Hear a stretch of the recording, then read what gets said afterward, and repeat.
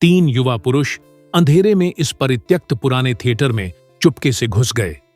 स्थानीय इलाके में यह अफवाहें फैली हुई थीं कि यहाँ भूत रहते हैं और आधी रात को अजीब अजीब आवाजें सुनाई देती हैं। लेकिन अगले ही दिन इस थिएटर को तोड़ा जाने वाला था। इसे देखने का उनके पास यही आखिरी मौका था। उनमें से एक ने मजाक करते हुए कहा, क्यों ना हम मंच पर ही शादी की रस्म कर लें। बाकी दो जोर जोर से हंसने लगे और हंसते हंसते वे सच में मंच पर पहुंच गए। मंच के बीचों बीच अजीब चीजों का एक घेरा रखा हुआ था। नमक से भरा एक कटोरा, एक पक्षी का कटा हुआ सिर, एक चाकू और एक खुली हुई किताब।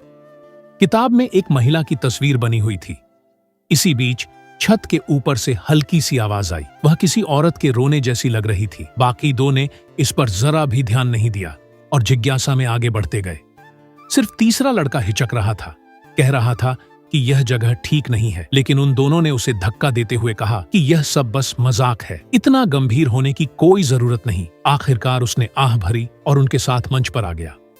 तीनों उस अजीब सामान के घेरे में खड़े हो गए, एक दूसरे का हाथ पकड़कर। तुरंत ही उनके चारों ओर का माहौल असहज और डरावनी खामोशी में बदल गया। अचानक एक हल्की खरोंच जैसी आवाज आई। वह आवाज उस चाकू से आ रही थी। चाकू जमीन पर चिपकते हुए कांपने लगा और धीरे धीरे उनकी तरफ घूमने लगा।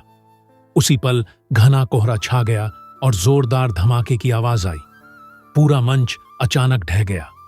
अगली सुबह तोड़फोड़ करने वाले मजदूरों ने मलबे में खोजबीन की। उन्हें एक पक्षी का सिर, एक तेज चाकू और वही पुरानी किताब मिली। अजीब बात यह थी कि उस किताब में एक नई तस्वीर बन चुकी थी, जिसमें तीन युवक डरे हुए चेहरे के साथ दिखाई दे रहे थे।